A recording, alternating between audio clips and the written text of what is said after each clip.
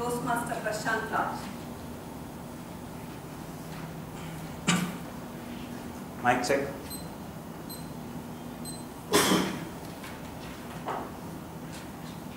Love is something that has to be expressed instantly.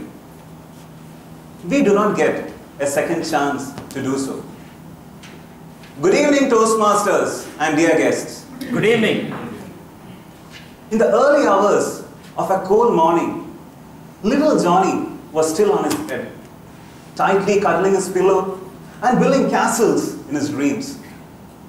All of a sudden, a heavy lightning struck, and little Johnny woke up from his sleep and screamed, "Oh, my castle's broke!" It was then Johnny got back to his senses. It was vacation time, and he could still go back and have a good sleep. Then the thought came rushing into Johnny's mind. Grandpa is supposed to come today, and he was very excited. Thinking about Grandpa coming, Johnny again went back to a good nap. After about 1 hour's time, Johnny heard the horn of a car, and he knew that was Grandpa. He threw his blanket to one corner of the room and went rushing to the car porch. "Johnny, my dear," came a sweet voice. Johnny went rushing into the hands of Grandpa. He was so thrilled and excited. Johnny's parents also came to welcome Grandpa. As days went by, Johnny became so very close to Grandpa. His entire day used to be with him, listening to the story tales and all that. But what made his parents sad was, he didn't find time for them. He was always busy with Grandpa. On one of the weekends, Johnny and Grandpa were playing throwball in the garden. And Grandpa was so happy, and it looked that he had gone to his years of innocence. On the other side, Johnny's dad was reading the weekend newspaper, and his face was like a helium balloon about to blast. He was so sad that even on a weekend, his son didn't have time for him. Unfortunately, the ball which Grandpa threw to Johnny went and hit on a lamppost. The lamppost broke into bits and pieces, and Johnny's mom came running from the kitchen and screamed, "Stop this stupid game of yours!" Johnny's dad came close to him, took him by the collar and gave him a tight slap.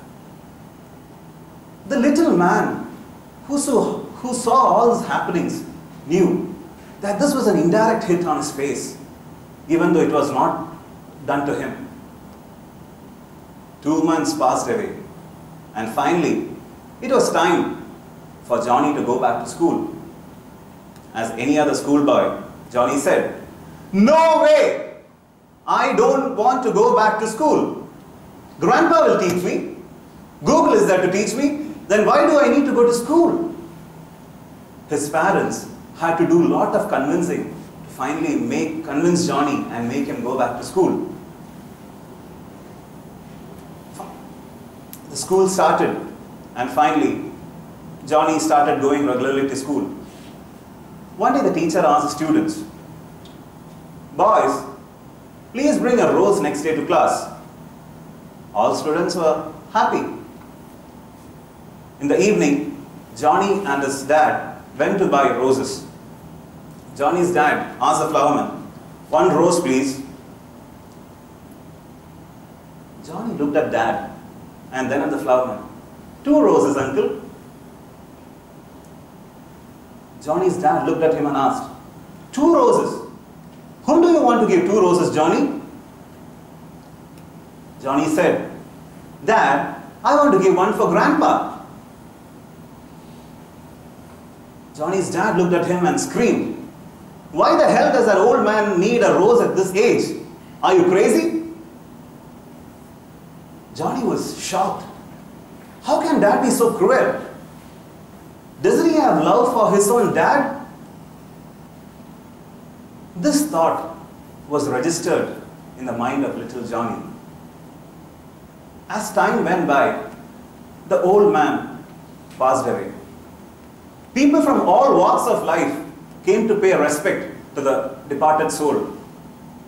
Johnny was a grown-up by that time, and he knew the depth of the situation. In the distance, Johnny saw a person coming with a garland of roses, and it was none other than his own dad. Dad came near the grandpa's body, kept the garland of roses on that, and paid his last respects to him. Johnny went close to Dad, put his hand on his shoulder, and looked at his face. Dad, please remove this garland and keep it away. You have no right to do this.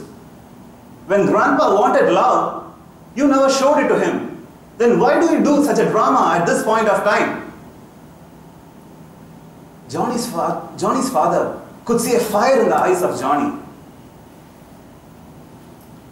Friends, we all live in a society where we need to learn how to give love to others.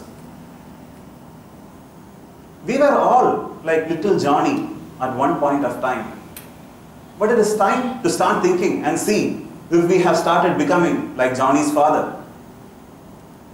Recently, when I was preparing tea in office, I read a tea bag note on a Lipton tea bag stating that, smile at the person sitting in your opposite cubicle. We need such objects to teach us our natural expression, that is unconditional love. So all I have to say is, our life on this earth is very short. It's very precious for us, and what we have is each other. Over to you.